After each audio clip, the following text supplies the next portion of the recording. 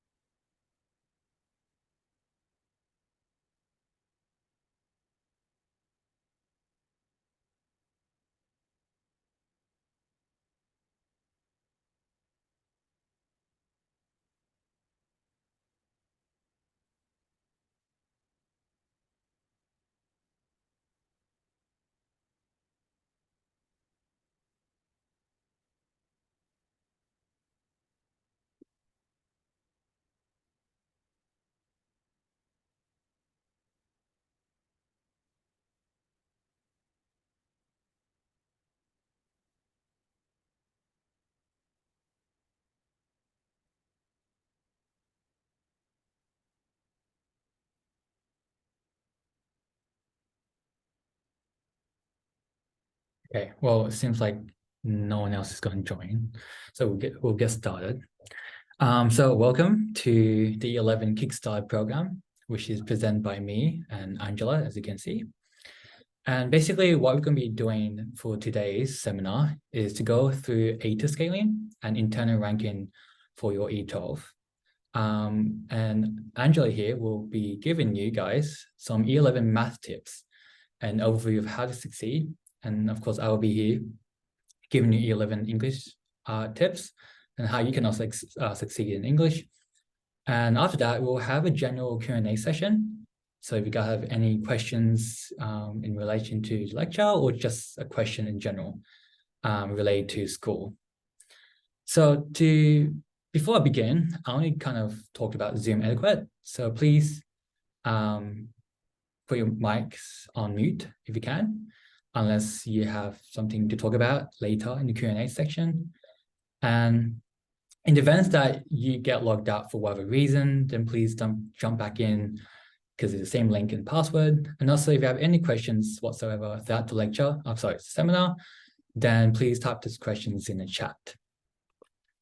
So if you don't know how to ask questions on Zoom, there's a chat box that should be there. And you can please choose everyone instead of a direct message, and then type away your question. So ATAR scaling and internal ranking. So before I start, I'll introduce myself. So I'm Paul. I am an English tutor here at Open Wisdom Education. I currently study Bachelor of Arts and Bachelor of Advanced Studies, specializing in politics and international relations. I'm also a student editor for the Sydney Undergraduate Journal for Political Science. And for my English scores, I got 94 for 3 units and 92 for 4 units. And to kind of begin with the internal ranking, this is how your E12 HSC journey will look like. So of course you have your terms 1, 2, 3, and 4, and then you have your HSC exam, which is that final day that's come. And for every assessment or for every term, you're given a specific assessment. And so your ranking or your subject rank score will be dependent upon what rank or marks you get for your assessment 1 all the way to 4. And your HSC exam will also be 50% of your entire marks for your E12. And the way that the HSC marks is calculated is by finding the average between your entire assessment marks from term 1 to 4, and also what you got from your HSC marks. And so you basically find the average, and that will be your final HSC mark. And the reason why NASA ignores the school mark, because if you may be wondering why, each school has its own exam papers, which are different to another school. And because it's different from to another school, the difficulty will vary across different schools.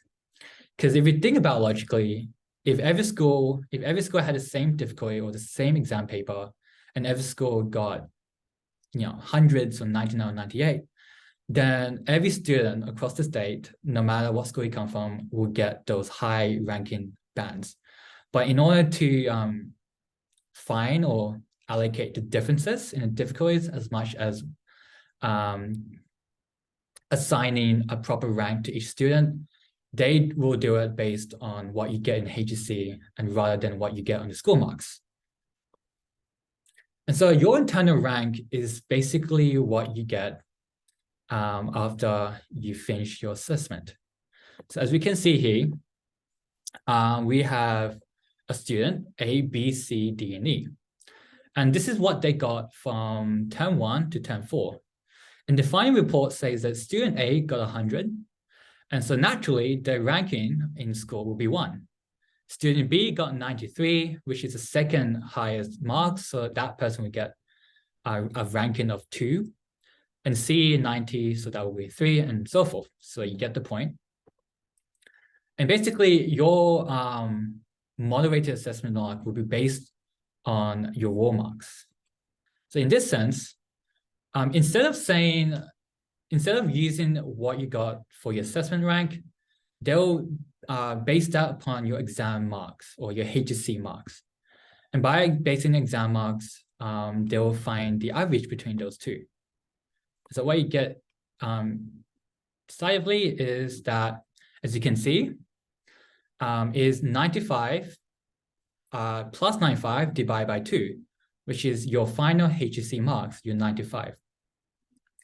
And so it is what you get in the HSC, which is called your raw marks, and plus what you get in your assessment rank.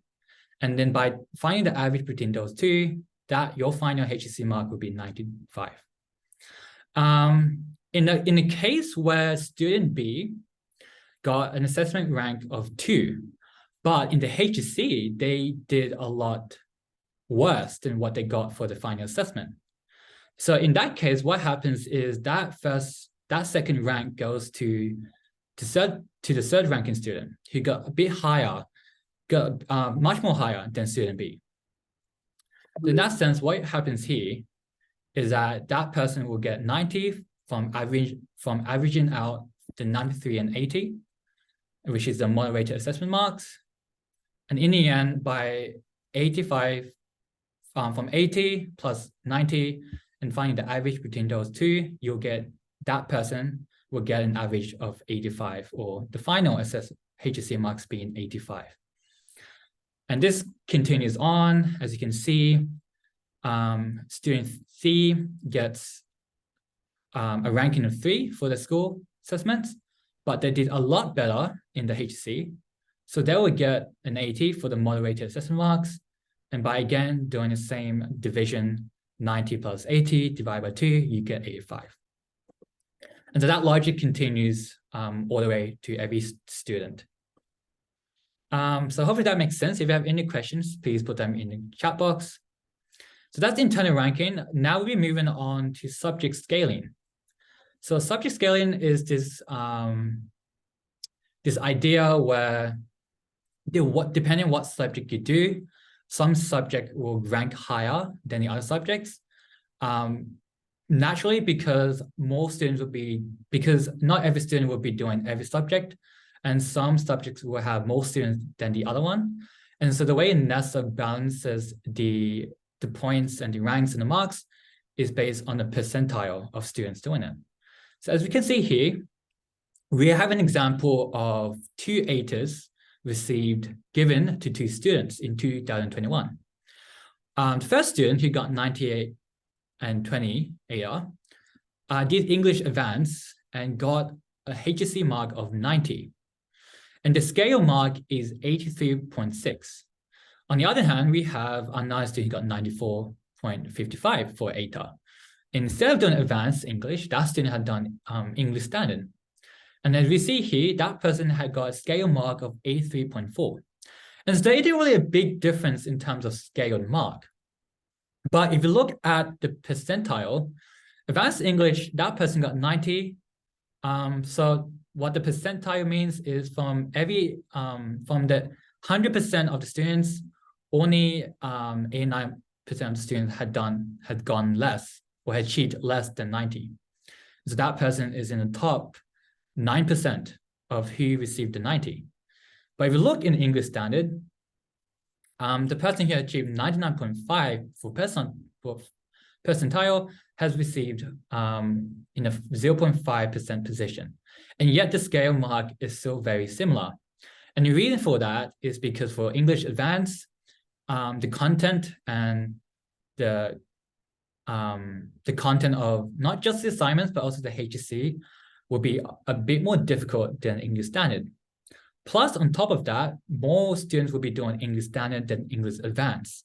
So those who do naturally well in English Advanced will get a bit more higher scaling than English Standard. But in this case, since both are in the percentile that is not very different, they have received a similar scale mark. But as you can notice, they have received both band 6 for them. This also applies to math and to every subject. So for the first person, he got 98. That student has done math extension 1, which is a more difficult than general math in general. And so that person got a scale mark of 87.5. And the other person, for 94, who did general math, got 76.1.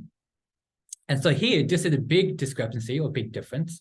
Although both student has received 90 for their subject, nonetheless, because math extension is a lot more difficult and a lot more less students in it, naturally, whoever succeed and is successful will naturally be boosted a lot more higher than general math to make that balance. So this also applies to, and we can look at how significant the subject scaling is, because in estimated ATAR for A9 plus 70, as compared to second student got 77, there's a big difference between the ATAR. But both students has received band 5 in all of the subjects. And the scales are not so different, as you can see. English Advanced, English Standard, the scaled mark is 64 compared to 60.7. There's only a 4.7 discrepancy. Math Extension 1 and General Math, there's a big discrepancy there, and so forth, as you see in Math Extension 2, Biology, and going down further the list. But although they have received band 5s, because of what subjects they achieved, they will have a higher chance of getting a higher ATAR than the second student. And this is all because they have at least done well for high ranking or scaling high subjects, because they're a lot more difficult and they have a lot less students doing that, especially for Math Extension 1 and Extension 2. So all in all, if you see a graph here, no offense to those who are doing business studies or who will be taking business studies, but as we can see here, business studies rank really low in compared to scale and mark because it's not a really high scaling subject. As compared to Extension 2, where if you received a raw mark of only 77 raw mark, you get scaled all the way to 80, which is already a band 5. Chemistry, it's the same thing. If you get a raw mark of 78, then you get scaled to 67. And for business studies, if you get a raw mark of 65, you only get scaled to 30. And so there's a big discrepancy in business studies and Extension 2. But if you look at the subjects, that's partially because Extension 2 math is a lot more difficult and there's a lot more less students in it as compared to chemistry or business studies. So if you have any questions now, please let us know in the chat box or turn on the mic and ask the question. I'll give you 2 minutes. If not, then we'll be moving on to Angela.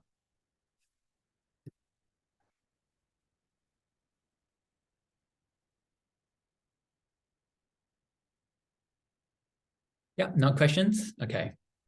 Then please welcome Angela, who will be giving you the 11 math tips.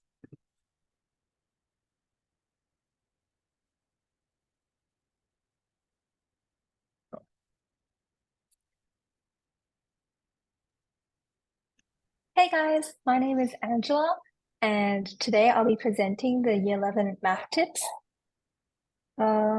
So first, a small introduction about who I am. I graduated from North Sydney Girls High School with an ATAR of 99.4.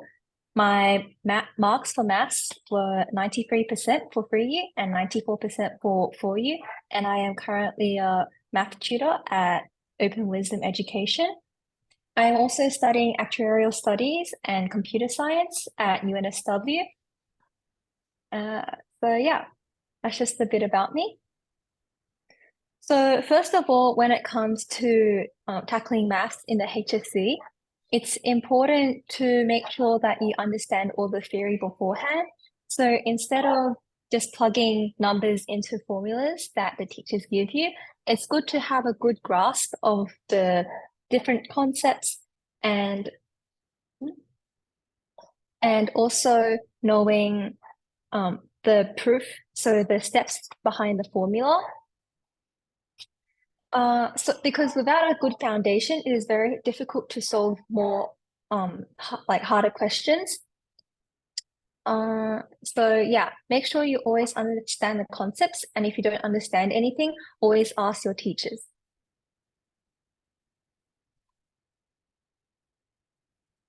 The second tip I have is to always keep track of questions. So always take photos of questions that you found difficult or unable to solve by yourself for the future, and always ask your tutor or teacher about questions or concepts you are unsure about. If you keep track of questions you are unsure about, then at the end, towards the exams, you're able to review those questions and solve them again. Because with maths, there are only very many kinds of questions that they can give you. Eventually, if you do enough practice, you'll see a pattern in the questions and how they're repeating themselves. So as long as you're keeping track of the questions, that should keep you on top of all the different kinds of ways that the HSC can throw problems at you. So my third tip is practice makes perfect.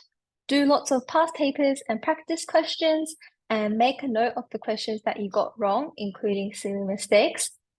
By doing a lot of practice, you'll eventually see yourself improving with math. A lot of it just really boils down to practice, because even if you understand the concepts, making sure that you can solve them very quickly and accurately during a test requires a lot of doing like practice papers and exercises. So make sure you're always keeping on top of your homework. Always also have a separate book of just your mistakes so you can review them before an exam, like I said before, and keep a track of the topics that you're weak at so you can go through them in more detail, do more exercises in them, and also ask your teachers and tutors more about them. The tutors will also provide model responses and exam booklets, so that will really help with your exam preparation when it comes to your tests at school. So the fourth tip is, before an exam, always compile the questions you were unable to solve previously into an exam paper and make sure you are able to solve them. That way, you know that you have improved from previously and now you're able to tackle the harder questions. Also, you want to make sure that you always make summary notes on formulas and concepts so that you know that you understand all of the points on the syllabus that you need to understand, and know what will be in the test to study effectively.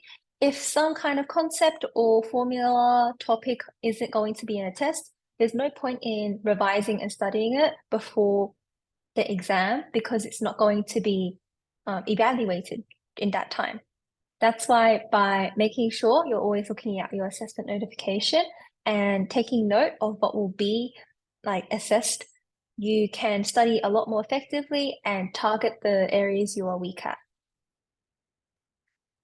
As for during the exam, make sure you always keep calm and collected.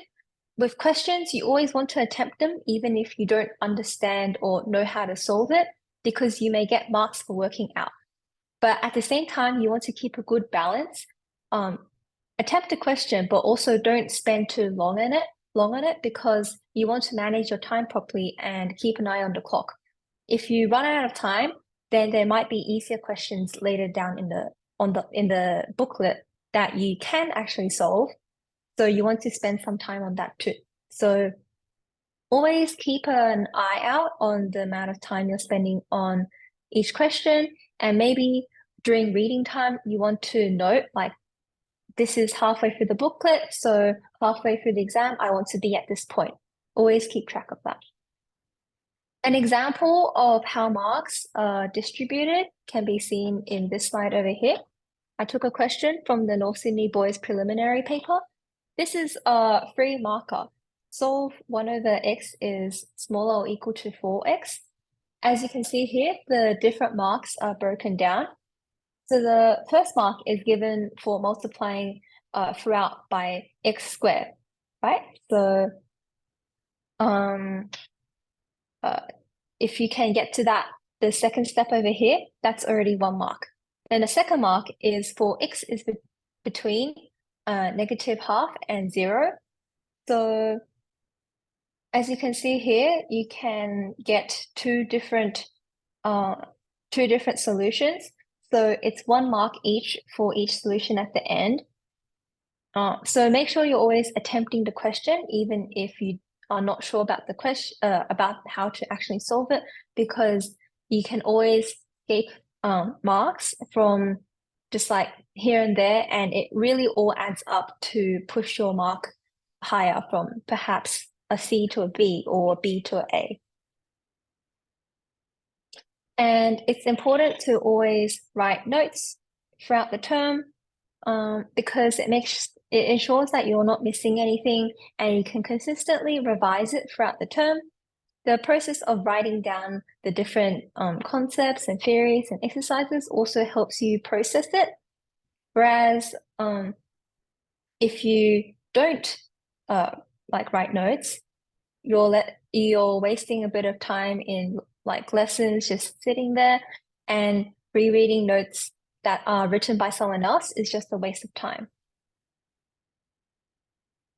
Some common errors that people run into when they're doing math is avoiding the topic that you are weak at. So I'm very guilty of doing this. Some topics I wasn't so good at and I found it a bit more difficult, so I didn't really want to practice it. But in the end, I realized that, because I'm not practicing these questions, I'm not improving either. So you always want to tackle the topics, even if it's very hard.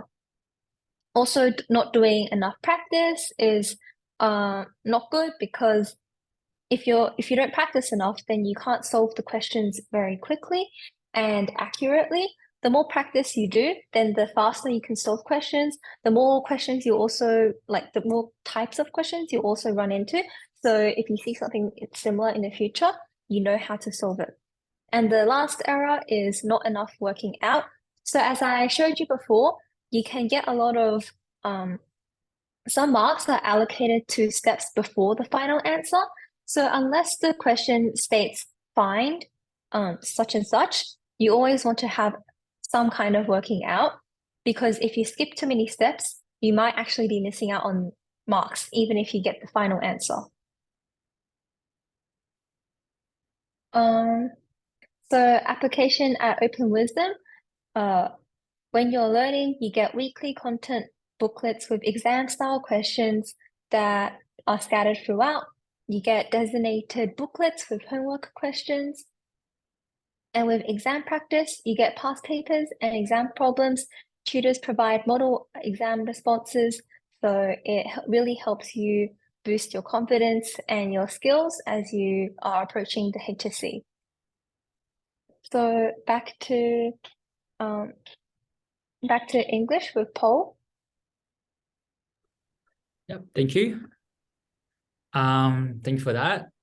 So I'll be presenting the 11 English tips to be a rehashing of what you need to look out for and what really English is all about, because as compared to math, English has many directions and paths you can take, and there isn't a set structure or standard.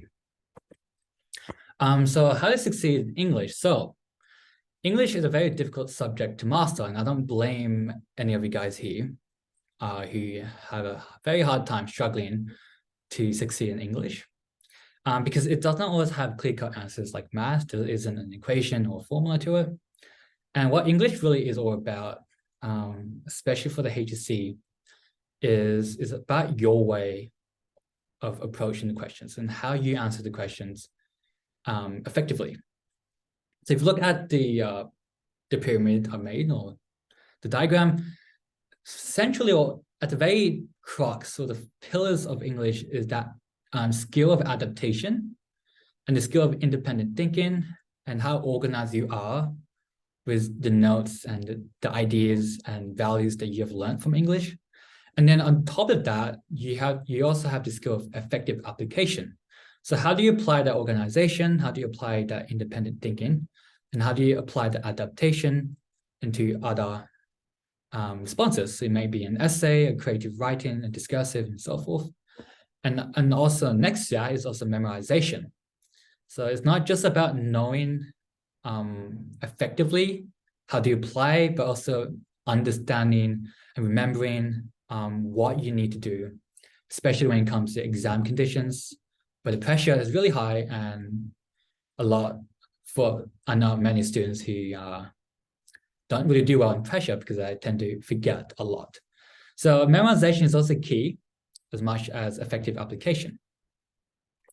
So the first one I want to talk about is everything you need to know about English in every term is found in your module prescription. And so your module is the bridge between your analysis and the question.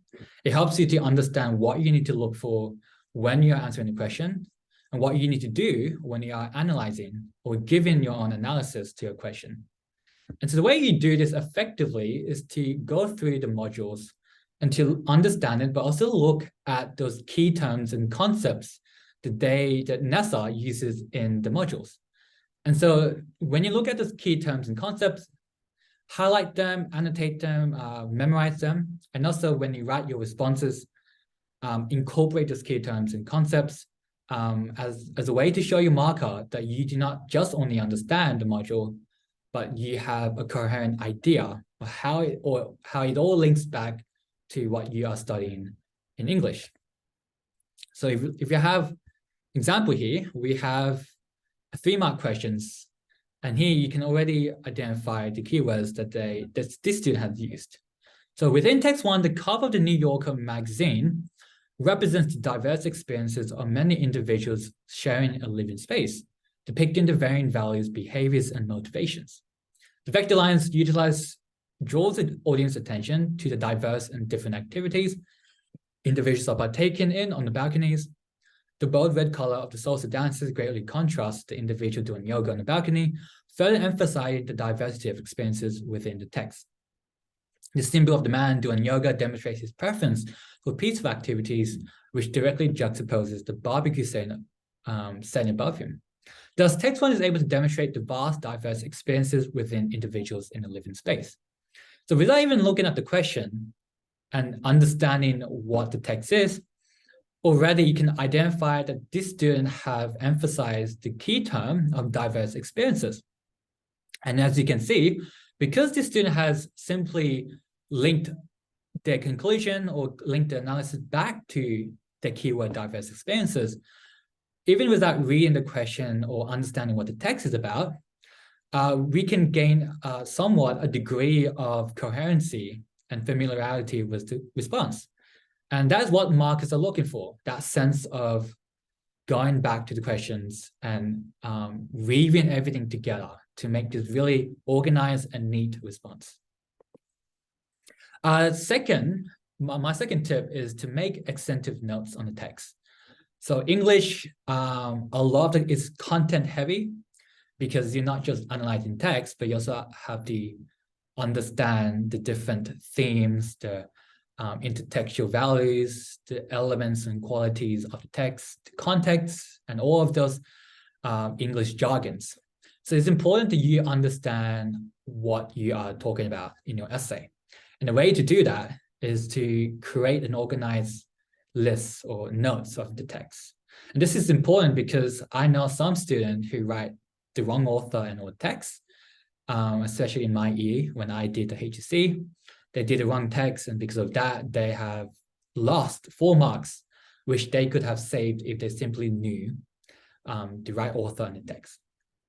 Another reason is, as I said before, mind blank is common, and it does happen in exam. And even when you don't think it will happen to you, it's highly likely that it will happen once or twice. And so when you have mind blank, it's important that you can able to go back into your mind and select the notes that you have created and memorized. And also because you are able to discuss the wrong ideas and themes, and that not every student is immune from that. It might sound a bit silly of how they can do that, but under the pressure, anything can happen. So an example is a text called 1984 by The Crucible. And here, one of the themes is oppressive surveillance. And the way that you may write notes on oppressive surveillance is talk about how oppressive surveillance is conveyed through the form, structure, the genre, the characters, and also how it also links to other contexts and themes of the text. Another popular text is The Crucible that you may be studying in E12, called The Theme of Blind Allegiance.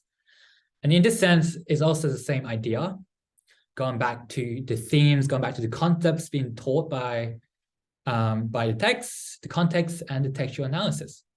So it's important that you memorize key themes, key concepts, key contexts, and textual analysis that you may want to utilize in your essay. The next one style is to master the structure of analytical writing.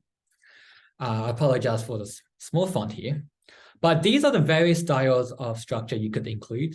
I don't know if you have heard of any of them. There's peel, still, and TS. So peel is about point, example, effect, and link. Still is a bit more sophisticated. You have a statement, and then you have your technique, example, effect, and link. TS is basically your topic sentence, example, effect, your analysis, and synthesis or summary conclusion. And so when you do your structure, it's important that structure, a lot of students kind of dismiss structure because they think that the bulk of the essay content will be based on the analysis. But structure is also another great way that you can achieve that band 6. Because structure is as equally important as content or substance. And when you want to organize your analysis together, structure is what really brings everything together. And so another tip I have for you guys is to experiment with style and to be consistent with it. So I know a lot of students have different styles when it comes to essay writing. So it's important that you understand what your style is. And once you find your style, to keep at it and to keep practicing it until you have mastered that. And problems that students may face with having a lack of clear structure is they often ramble a lot. So there's a lot of these unnecessary words called verbosity and unnecessary technicalities. And you may think that maybe if you write a really technical and very hard to read essay that the marker will be really, wow, this thing is really good. No, it's the opposite. Markers are looking at rather the simplicity and clarity that you bring through just demonstrating clear sentence structures and word choices. And so any sign of verbosity or unnecessary technicalities is already a sign to the marker that you are not doing well and that you don't know what you're talking about. The second problem is unorganized ideas and concepts. So because if you like I said before, if you lack a clear structure, your ideas and concepts will be everywhere, and it will just all seem like a mess, and it won't all be coherent and put together in a nice way. Another problem is also one-sided discussion. Some students will often talk a lot more in the body paragraph than the next one. And you can see this in students where it starts really strong, but as you continue reading it to the second and third body paragraph, it just kind of falls apart. And that's because of a lack of clear structure. So to avoid any of these problems, it's also important that you understand how and to master the structure of analytical writing.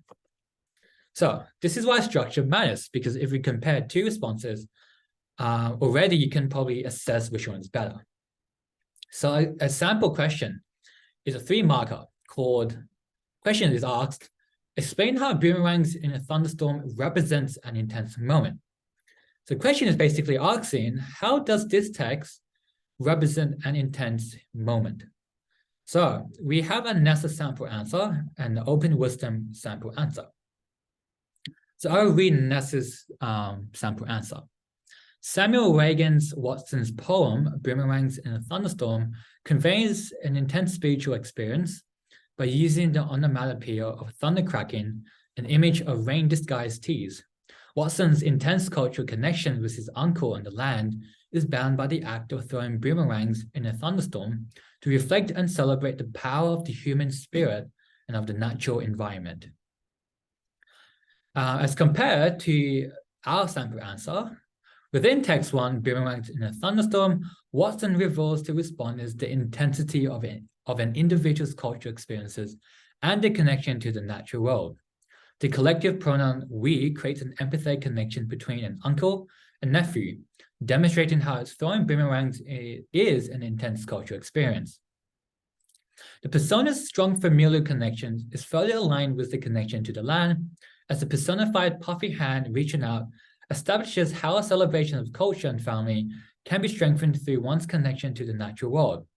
Watson further depicts the intensity of the persona's experience through utilizing truncated sentences of thunder cracking and whooping shapes dance across the overcast sky, emphasizing the intensity and prevalence of nature. Thus, Watson reveals how one's intense cultural experiences are related to the connection to the natural world. So already, because of the clear structure that open wisdom has, it already expresses the ideas and themes in a very well-organized and well-detailed manner, as opposed to NESA, which they lack an introduction statement, they lack an analysis, and most importantly, lack a conclusion. But however, our sample answer has provided a topic sentence, and provided 2 analysis and how they link back to the question, and in the end, a conclusion in order to further weave in that coherency. And so to continue on, these are the components of basic analytical writing that you'll have to practice and master, not just in E11, but also going through in the HSC or in the E12 next year. So of course, in your introduction, we have a thesis statement, which is your broad overarching judgmental claim to a question. And you also want to incorporate key module terms and concepts as we talked about. You also want to elaborate on the content and the context. So further expound or explain what your judgment is in your thesis. And then you only provide a brief overview of key themes and concepts that you'll be talking about in your bodies of your essays. And finally, to link it back to the questions to create that sense of coherency. Your body paragraph should be the same. You have a topic sentence, which is basically your particular concept that you want to explore in your essay or in your body. And again, elaboration of that particular concept. And you want to introduce your quote, example, and technique. And you also want to introduce your analysis of those quote and example, along with the context, concept, and theme, and finally to link it back to the question. In the conclusion isn't that hard. It's simply just a summary of your argument and body paragraphs. So you just want to briefly discuss key concepts and themes in your essay. And finally, to always link it back to the question and thesis statement. So a very common theme, or something that you should keep doing repetitively, is to link at the very end of your body or at the very end of your analysis to the question in order to sustain that coherency and that continuity in your essay. And by doing that, your marker will see that everything is organized, everything is neatly put together, and that you address the question effectively. Partially because you have mastered the structure of analytical writing.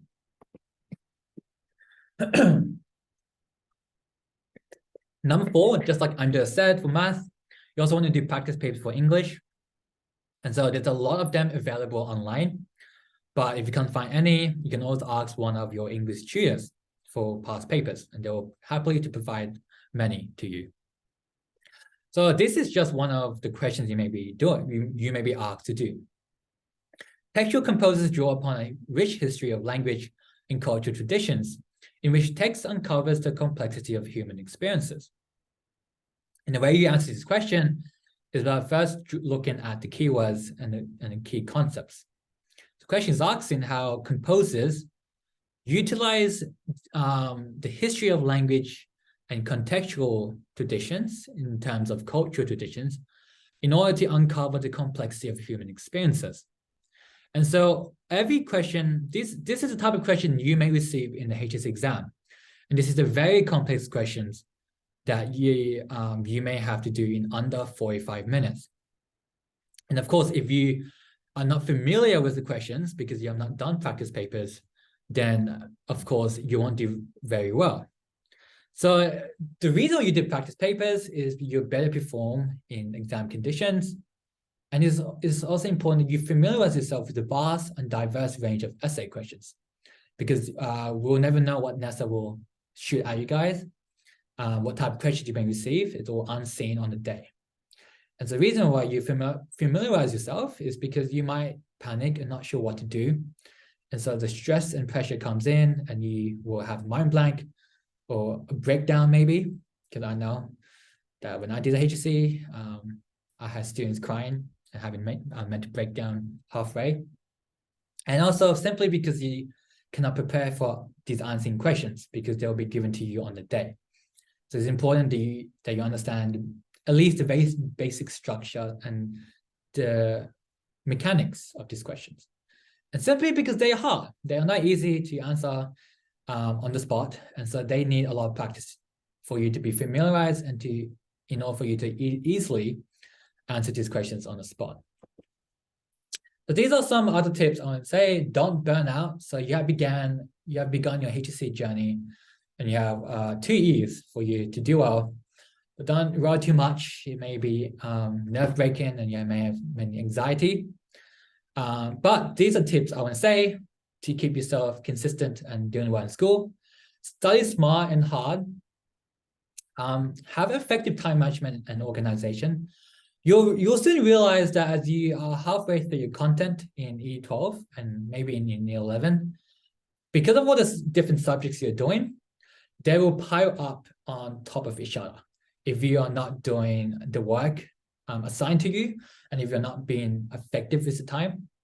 And so effective time management, when you're going to study, set a routine or habit, and organizing the notes and organizing the days and time will help you a lot to keep afloat your head above the waters throughout your HSC, which will become a stressful year for you guys.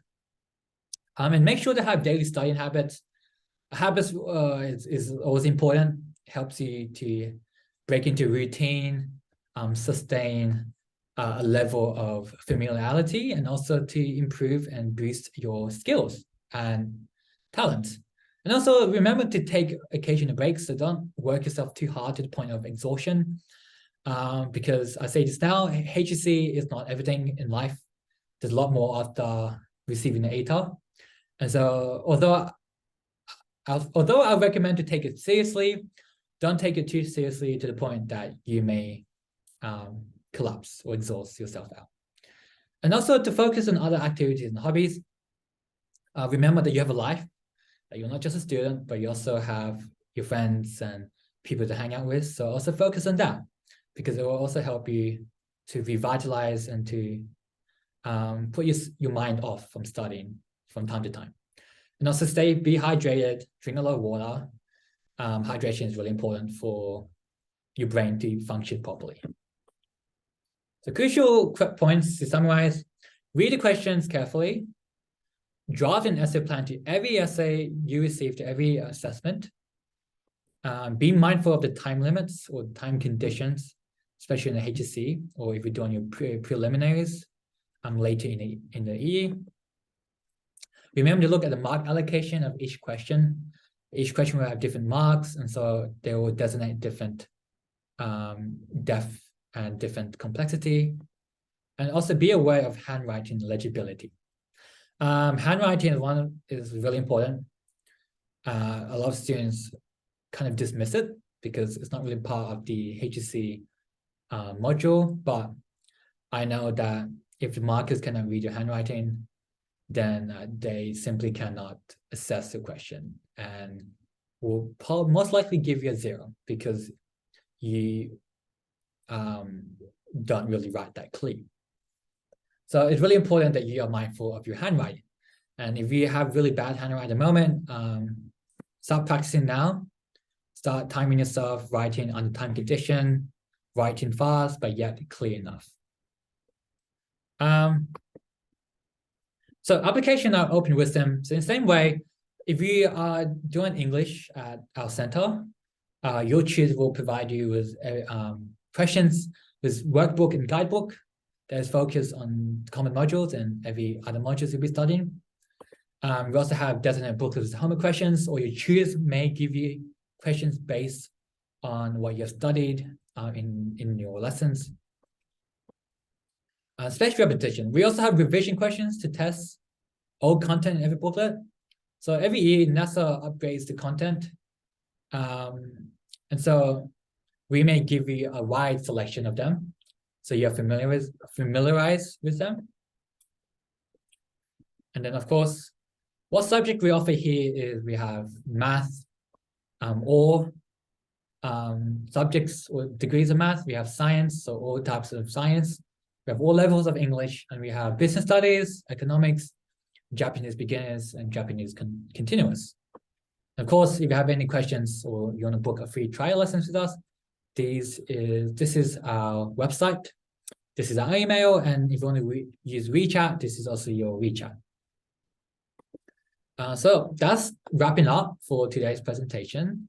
If you guys have any questions whatsoever, can be related or non-related, please write them in the chat box, and hopefully Angela or I will answer them.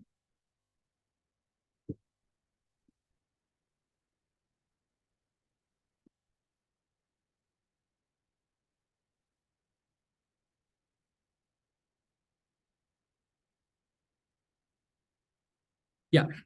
So do you guys do 10 or 12 units in E12, and which one would you recommend?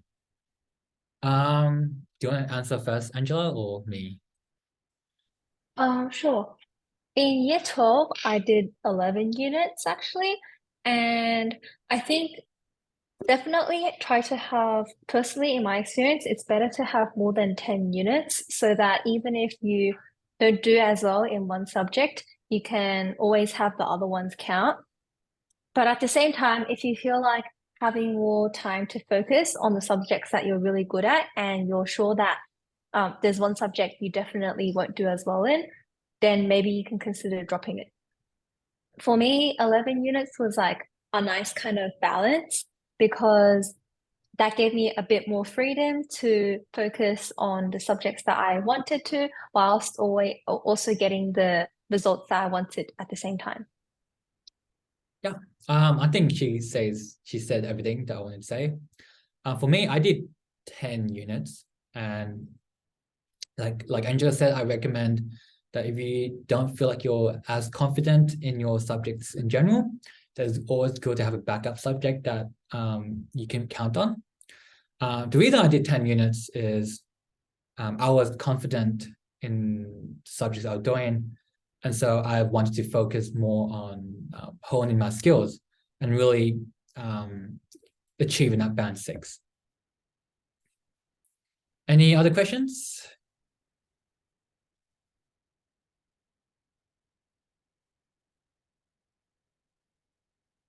Oh, okay, so I'll go first this time. So for me in Year 12, I did 4-unit English. I did both ancient and modern history, and also did studies of religion. If you asked for Year 11, I did 3-unit English and general math and also biology. For me, in year 11, I took chemistry, physics, 3-unit English, 3-unit math, and 2-unit Japanese. Going into year 12, I didn't feel as confident in physics, so I dropped that. And then I also dropped the extension English down to just advanced English. So in year 12, I had 4-unit math, 3-unit Japanese, advanced English, and chemistry. Yep. Any other questions?